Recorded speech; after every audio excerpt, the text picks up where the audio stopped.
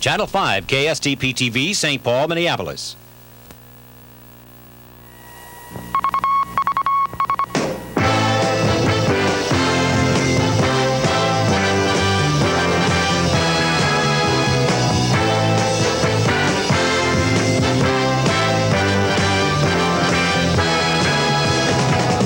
Eyewitness Morning News with anchorman Byron Barnett and meteorologist Gene Rubin.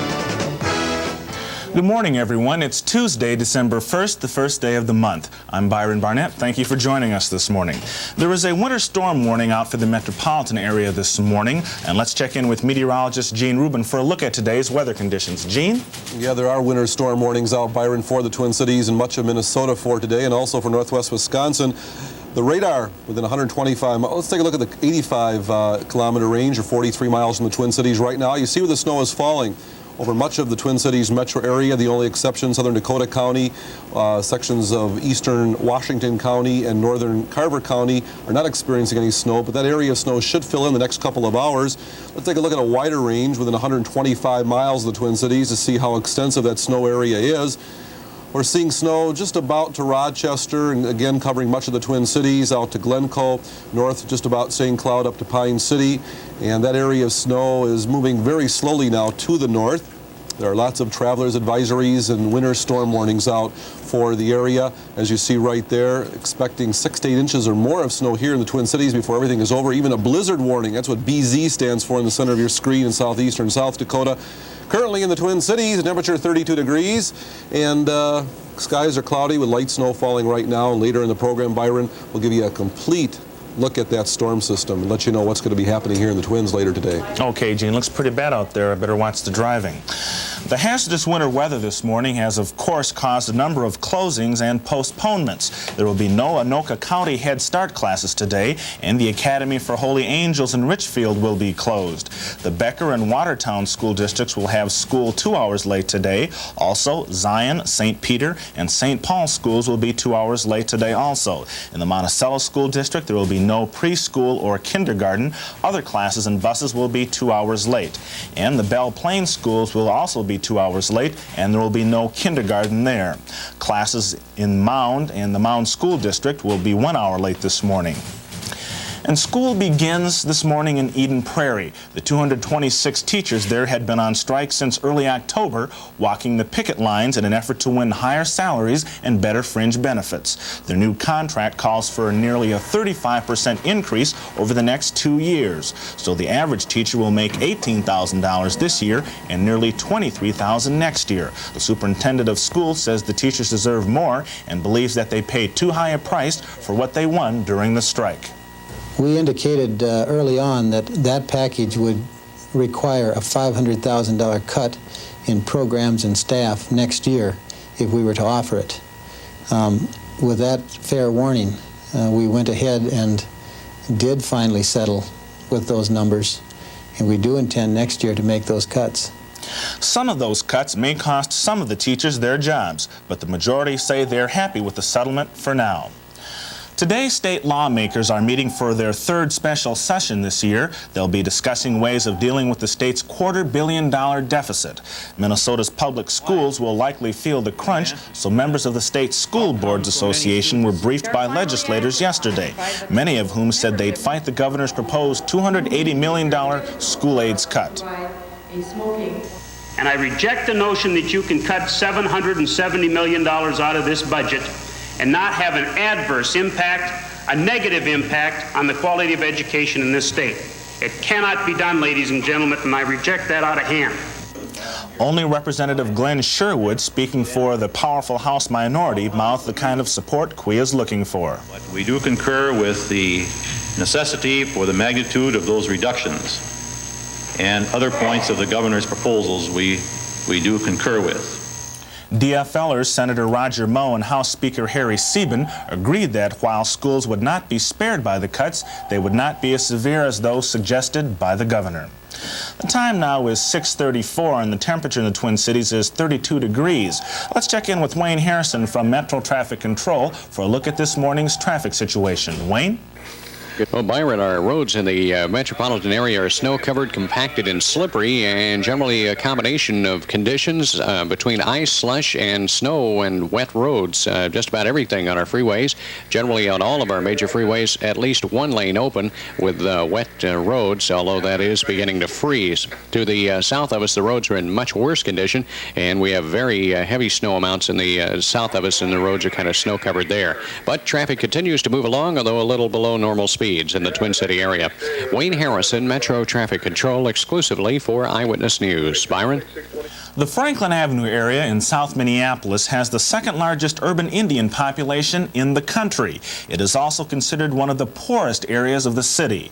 But members of that area's predominantly Indian community are hoping that will change with yesterday's groundbreaking of a new 52,000 square foot shopping center.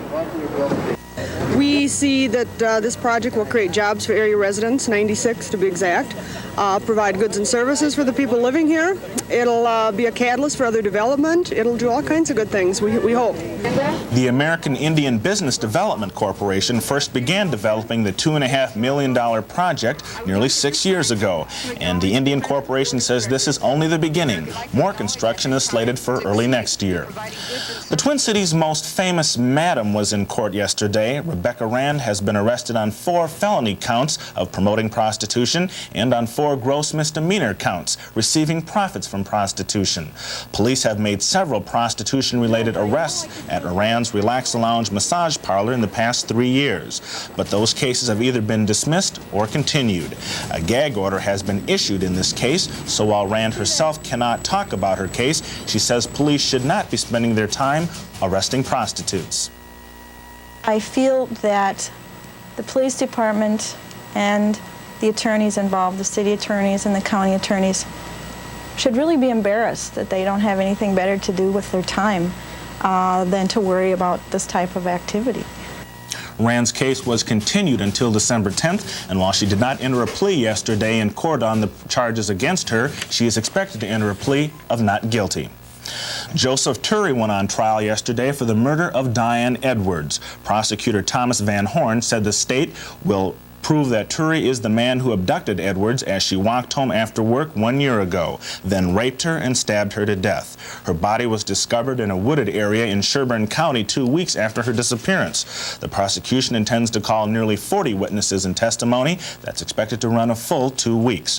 On the stand today will be 4 teenage girls who, according to prosecutors, saw Turry pull a screaming Diane Edwards into a brown station wagon as she walked home the night she was abducted. It could be 3 weeks before the case goes to the jury.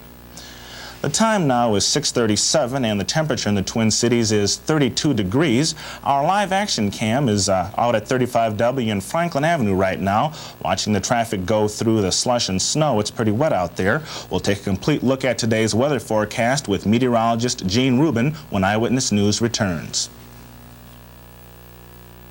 We have a Sandman Santa Claus offer for you. Now through Christmas Eve, buy your choice of any Sandman bedroom furniture suite and get the matching waterbed absolutely free. Value up to $500. This is a no-gimmick offer with furniture priced at Sandman's regular low prices. You get easy financing, immediate delivery, and major credit cards are accepted. So a Merry Christmas to you from the Sandman's Waterbeds 5 convenient locations. The Galleria is holiday dreams of fashions for kings and fashions for queens, of special gifts and holiday treats, of home and family and good things to eat. Make your holiday dreams come true at the Galleria, a collection of fine shops and restaurants at 69th and France Avenue South, Edina. Say, aren't you the fella who planted more of your corn acres to Pioneer last spring? That's right. And you built a new bin figuring you'd get bigger yields? Yeah. Well, did you fill it up? Just finished.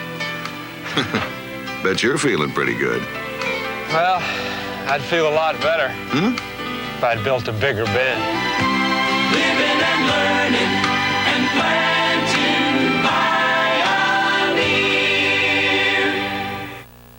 Gene, I suppose we're going to have more snow and possibly a little wind to blow it around a little bit? We're going to have a little bit of everything, Byron. We've had about 3 to 6 inches of snow in the Twin Cities since it began about 8 or 9 o'clock last night. It trailed off around 2 in the morning, but that was only a lull. We're going to be in for some more snow the way it looks. Currently in the Twin Cities, under cloudy skies with light snow falling. The temperature is 32 degrees, the dew point 29. Humidity 89%, winds north at 19 miles per hour right now, and the barometer falling at 29.36 inches. On the almanac, the current temperature, 32 degrees here in the Twin Cities. That 1.3 inches of snow you're seeing there is how much snow we've had since midnight. The total since it began about 9 or 10 o'clock is 3.6 inches, just under 4 inches of snow in the Twin Cities. And we're not going to see that sunrise, but it will come up at 7:31. On the national map, there it is, a big intense area of low pressure sitting over south central Iowa right now, spreading snow through Nebraska, South Dakota, Minnesota, and Wisconsin. East Coast high pressure and the West Coast high pressure. We're right in the middle of that wound up area. Very dangerous winter-like storm. We're going to be moving into Wisconsin over the next 12 to 24 hours or so.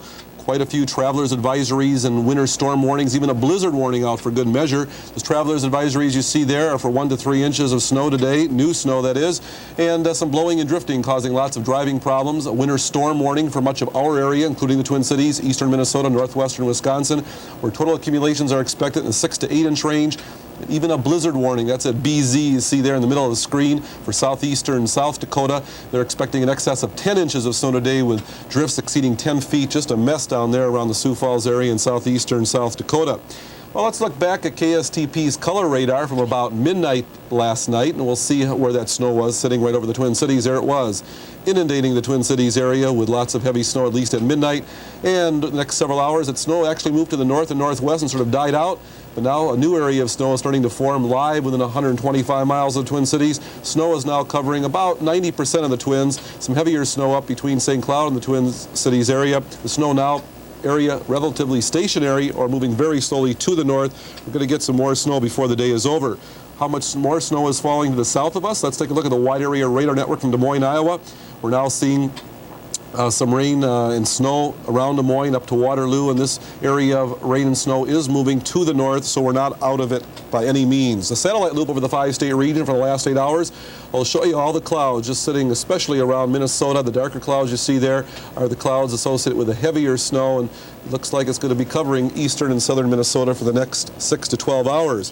The forecast map for today, by noon, the area of low pressure will move into southern Wisconsin with snow behind it, as you see.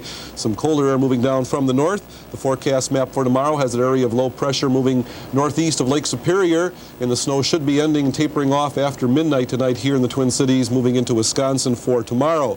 The forecast snow amounts around the area, the whole thing, before the storm is over later today and early tonight, looks like a band of 10 inches or more of snow will fall in extreme southwestern Minnesota, southeastern South Dakota, northwestern Iowa, and 4 to 6 inches around the area there, 6 to 8 inches around much of the Twin Cities, eastern Minnesota, northwestern Wisconsin, and 1 to 3 inches around the outer edges. The forecast for the Twin Cities for today, a winter storm warning, cloudy, heavy snow, total accumulation in excess of 6 inches, highs 31 to 34 degrees with strong north winds. For tonight, we're looking for a traveler's advisory. Cloudy, snow should be ending, but blowing and drifting is going to cause difficult driving conditions. Lows tonight 20 to 26 degrees, again, strong northwest winds. For tomorrow, conditions improve rather rapidly. No rain or snow tomorrow, mostly cloudy skies, highs 30 to 35 degrees.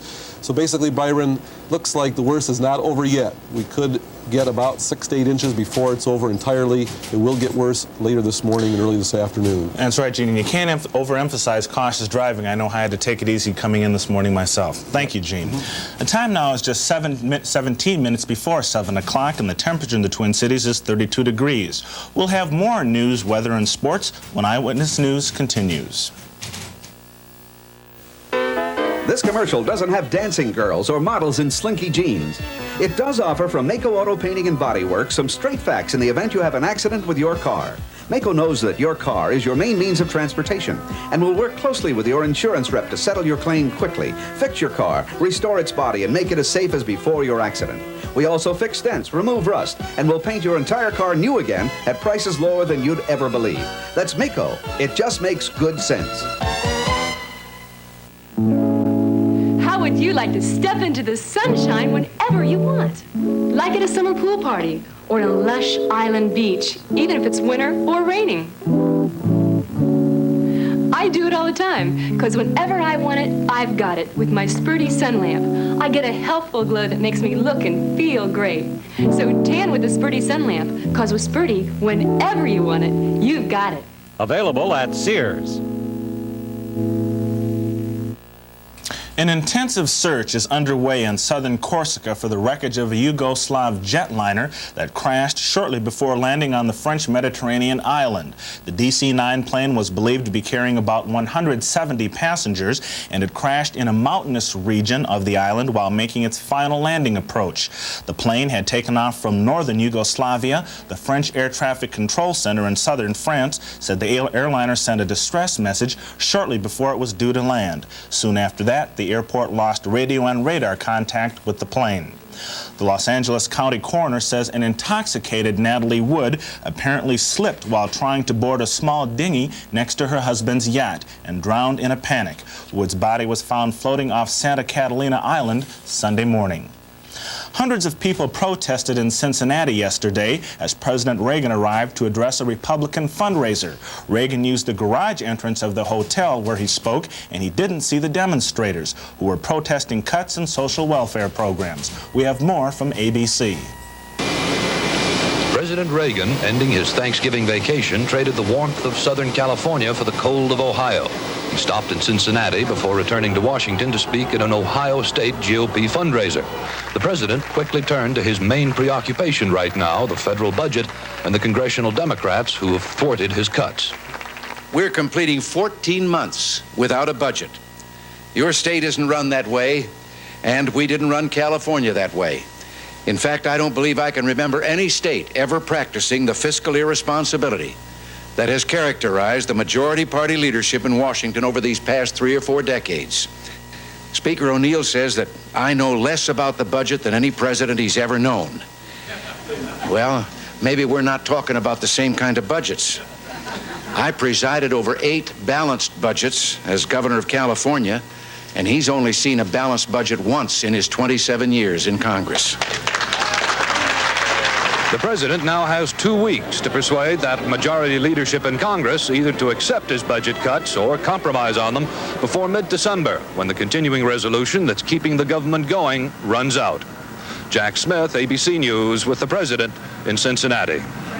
The time now is just 13 minutes before 7 o'clock, and the temperature in the Twin Cities is 32 degrees. Let's check in again with Wayne Harrison of Metro Traffic Control for a look at this morning's traffic situation. Wayne? Byron, only a couple of problems on our freeways. We have a stall in a traffic lane, northbound 35W on the Mississippi River Bridge. That's kind of icy there. Also, some ice forming from slush, 694 westbound, generally between the river and Shingle Creek Parkway, and we have a light on the map to indicate that. Across the metropolitan area, at least one lane open on all of our major freeways with wet driving conditions, although some scattered slippery spots. Allow yourself some extra time. You should have no problems. For Eyewitness News, Wayne Harrison, Metro Traffic Control. Byron? The White House Conference on the Aging, held every 10 years, officially opened yesterday. Delegates put aside a potential rules fight and began to search for solutions to the problems of Social Security and other programs for the elderly. Here's a report from ABC. Delegates attending the conference are concerned about losing federal benefits for the elderly. 81-year-old Congressman Claude Pepper, a strong critic of the administration's attempt to reduce Social Security benefits, received a standing ovation from the crowd, which he called the VIPs of America. They've been here longer than anybody else. They've done more for the country than anybody else. They've upheld the standards of dignity and morality and religion. They have upheld that flag that they love. They are worth helping. Richard Schweiker, Secretary of Health and Human Services, who was in overall charge of the conference, got a mixed reception. Some criticized the way he had set it up. Some unhappy delegates stood in the aisle between speakers, asking to be recognized for a vote on changing the rules, which now give delegates one vote on Thursday to accept or reject all conference recommendations as a package, rather than voting on separate committee recommendations. But Conference Chairman Constance Armitage would not give them the floor. A number of delegates who had threatened to walk out now say they'll stay and fight against any cuts in Social Security benefits. Joe Templeton, ABC News, Washington. The current Social Security rules have made an 81-year-old Kansas woman a victim of the Social Security system. Craig Heaps of station KAKE filed this story. At 81 years old, Martha Ward cherishes her independence. She lives in her own home, cooks her own meals, and does her own cleaning. Part of her independence is being able to pay her own bills with the money she gets from Social Security. Now some of that ability has been taken from her. Martha has $2,000 in the bank to pay for her burial. That's $500 more than she's allowed to have, and still gets Supplemental Security Income Benefits, or SSI. So the Social Security Administration has stopped paying her $114 a month in SSI, and it has ruled that Martha was overpaid $2,000 in SSI benefits because of the money she had in the bank at the time. So $5 a month is being taken out of her retirement benefits to pay it back, cutting them from $170 to $165 a month. The law setting the $1,500 limit came into effect 7 years ago, and Social Security District Manager Michelle Groves says it is clear what must be done when someone's resources go over the limit. We are required by law then to make them ineligible for SSI, and they're also ineligible from the point that they first exceeded the $1,500, and that is what causes some of the very sizable overpayments if much time has passed. The easy answer would be for Martha to spend all but $1,500 of her savings, but she doesn't want to do that. I'm going to keep it to be buried with. I am. My husband left it for me, and I'm going to keep it. Reporting from Wichita, Kansas, I'm Craig Heaps. The time now is just 9 minutes before 7 o'clock, and the temperature in the Twin Cities is 32 degrees. Let's check in with meteorologist Gene Rubin for a look at today's weather forecast. Gene? It is 32 degrees right now, Byron, and about 2 a.m. the snow started to taper off on the radar, but right now another area of snow is developing right over the Twin Cities. KSTP's color radar within 125 miles of the Twins shows where that snow is right now. It's covering about 80 or 90% of the Twin Cities metro area. A little bit heavier snow up near St. Cloud and Pine City, also some heavier snow around Rochester. The area of snow has become relatively stationary now. Looks like it should increase in aerial coverage.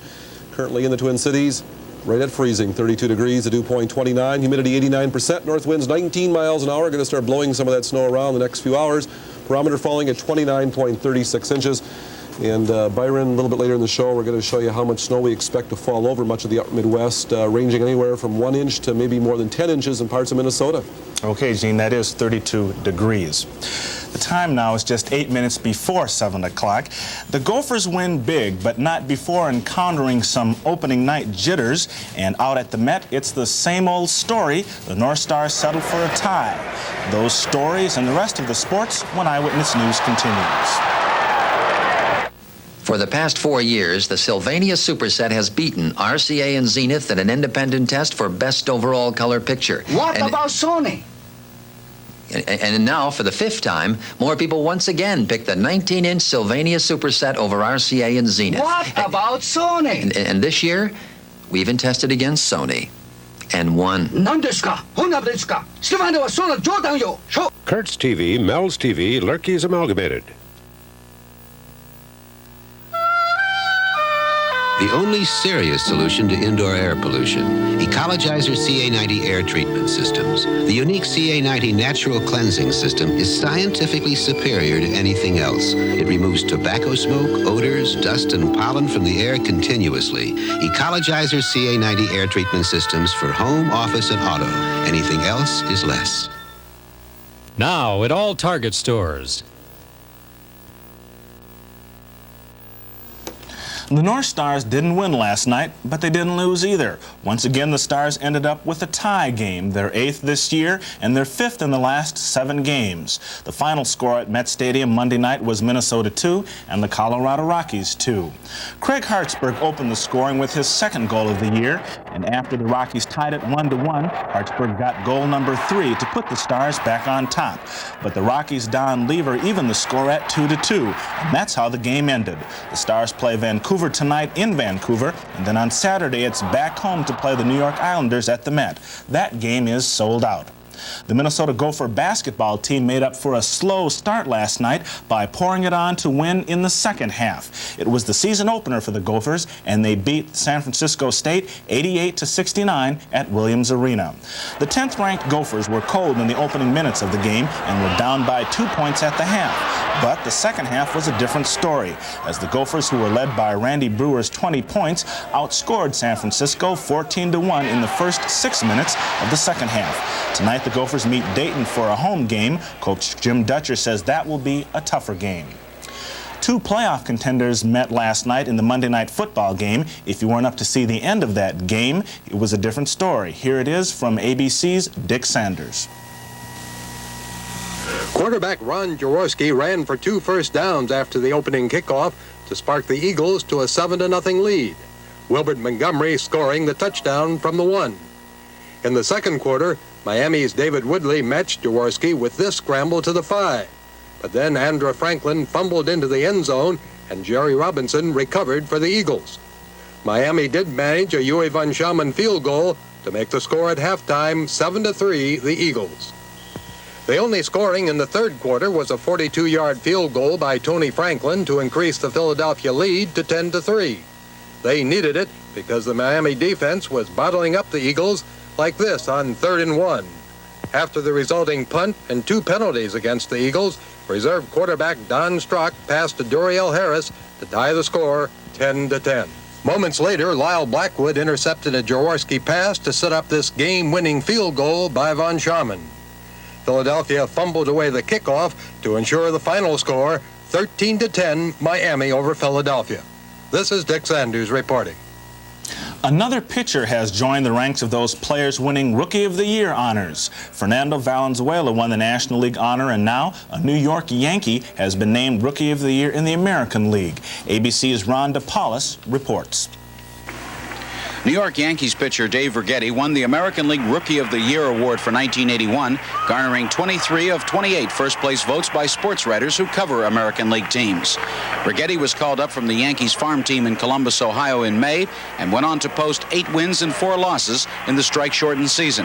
Righetti's earned run average was 2.06 for the year, and he struck out 89 batters. The 23-year-old left-hander from San Jose, California, is the 7th Yankee to win Rookie of the Year honors. This is Ron DePaulis reporting. Coming up on 3 minutes before 7 o'clock now, and the temperature in the Twin Cities is 32 degrees. When we return, we'll take one last look at the weather right after this. Children's Palace, the super toy store, and a whole lot more. Children's Palace is the store you created. You wanted one store where you could find the toys and games and dolls and bikes your kids want, conveniently displayed, in stock, at low prices with fast checkouts. You asked for Children's Palace, a super toy store with a whole lot more. Children's Palace, a super toy store, and a whole lot more. Clark's Submarine gift certificate and bonus coupon book is even more valuable this Christmas. Besides the $10 worth of gift certificates and coupons for only $5, you'll receive absolutely free a beautifully handcrafted wooden toy soldier. Choose a toy drummer, a mounted horseman, a bugler to decorate your tree. One free with each gift certificate and coupon book purchased. All of us at Clark's Submarine would like to wish you a joyous holiday season. 15 Clark locations. Just 2 minutes before 7 o'clock now, and the temperature in the Twin Cities is 32 degrees. Let's check in with Metro Traffic Control and Wayne Harrison for another look at today's traffic situation. Wayne? Byron, traffic continues to move very well, below normal speeds, of course, accounting for our road conditions, but all in all, traffic moving very well. We do have some slippery spots, some ice forming 694 both directions between the river and Shingle Creek Parkway, and generally between 35W and Central Avenue. Some of that slush is now starting to freeze over. Also in St. Paul, traffic slowing as usual around the Lafayette Bridge. The crosstown 494 area is also slow, and inbound Highway 12 over Highway 100. Wayne Harrison, Metro Traffic Control, exclusively for Eyewitness News. Byron? And a quick last word on the weather, Gene? Yeah, here's the last word. KSTP's color radar within 125 miles of the Twin Cities will show you where the snow is falling right now. It's covering much of the Twin Cities area. It looks like the area that you're seeing there will increase in aerial coverage and remain relatively stationary in the next several hours. Therefore, we could get at least several more inches of snow before everything's over. Forecast snow amounts for the entire region. I guess we're not going to have time for that. Today, the winter storm warning is out for the Twin Cities. Cloudy, snow, heavy at times today. Total accumulations in excess of 6 inches for the Twins. Highs 31 to 34 with strong northerly winds.